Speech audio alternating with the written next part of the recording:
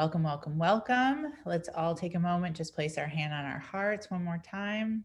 Let's all take a deep breath in, and let it out. Beautiful. So we are here for New Year planning focus. So this week is the magic week of the year. This particular week, the last week in January.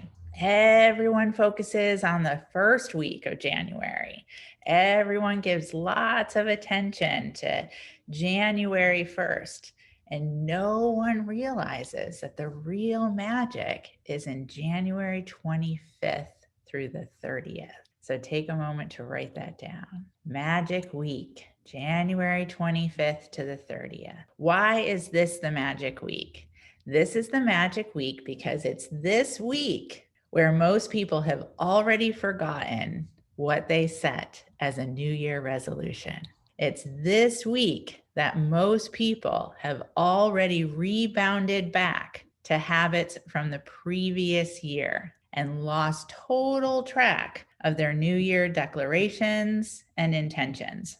Being that we are a community of highly sensitive entrepreneurs and leaders, and being that we have the privilege of having consistent connection every week, we now have the opportunity to really activate the magic of this particular week of January, and especially this January of all Januaries, because I don't know about any of you, but I literally feel like I don't know, like lived like at least 20 years in the past 30 days. And I'm working really hard to have that not show on my face. Drinking lots of water, using extra cream, and managing my energy like crazy. So we take the magic of this week and we create deliberate focus. This is the time to truly assess what has transpired over the past 30 days and make some significant choices about how we want to act, what we want to put in place to support our actions, and who we want to be as we go forward through this year. We can literally look back over the last 30 days and we can learn from what has transpired and reset, return. So there's two primary tools that we use in the Business Miracles community and the highly sensitive leadership training programs to do that. One, the 30-day plan.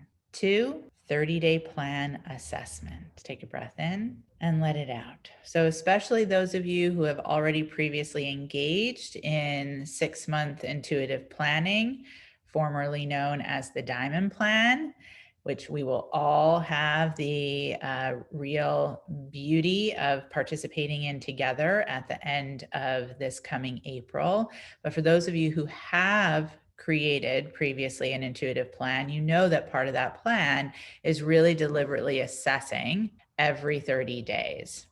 Now, let me just share with you personally, I just did my assessment for January 2021, and I had the same experience that I tend to have every month is when it comes up on my reminders, because I set a reminder for myself to do it the 25th of the month, every month. And every time the reminder comes up, this is my response. Ugh, God. Ugh. I don't want to do this. Not again. I look around. Ooh, what can I do instead? Where could I possibly move it? Can I reschedule it? I don't know. The 25th landed on a Sunday this year. I don't think that's a very good time. Oh, it's a full moon. Nope, not a good time to do the 30-day assessment. Not at all. All kinds of very interesting excuses and unreasonable reasons start to run through my head. And I've known myself long enough that when that happens, I then go to the next step, which is I start to look for ways that I can motivate myself to actually do this assessment. So here are some of the kind of little tricks and games that I play with myself to support myself in moving through assessment resistance. I tell myself, you only have to put down one thing in each category of the assessment. That's all you have to do. Just one thing. If you write down one thing, you're good. And then if you write down at least one thing, then after you do your assessment, then you get to do like 5 extra minutes of yoga stretching or whatever else is very exciting and makes me feel a lot better than doing assessment. And so then I sit down to do it, and literally I am telling you, this is what happens every time. So I start doing the assessment, and I'm just one thing, and then one thing leads to another, and then another, and then another. And then it just flows until I have, definitely one, typically a lot more than one in each category. I start feeling excited. There's a sense of flow. My mind opens up rather than being clamped down in assessment. Inspired ideas start to come in, and I start getting really excited about the changes that I'm going to be able to make based on what I'm able to see through the assessment. Just some V&V for you, as well as hopefully some inspired evidence of what is possible and why it's so valuable. Another piece that I put in place to support myself in feeling motivated and excited about assessment is I jazz up the assessment questions. So I'm going to share with you the questions that I used for this January 2021. Question number 1, have I been consistent with energy management? Question number 2, have I been consistent with my 30-day plan? Now, I like those 2 questions because they're yes and no. So they're easy to answer, and then therefore it's easy to get started. Then, if yes, what worked about energy management? And if yes, what worked about the 30-day plan? If no, what's not working? Why wasn't I consistent with energy management? And what's not working? What took me off track of my 30-day plan? And again, I tell myself I only have to put down one answer.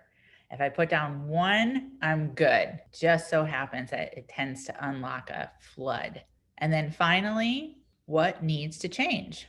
And then super exciting, what strengths can I call on to support me in implementing this change? So I am in my power within, using my will, and engaging with zeal.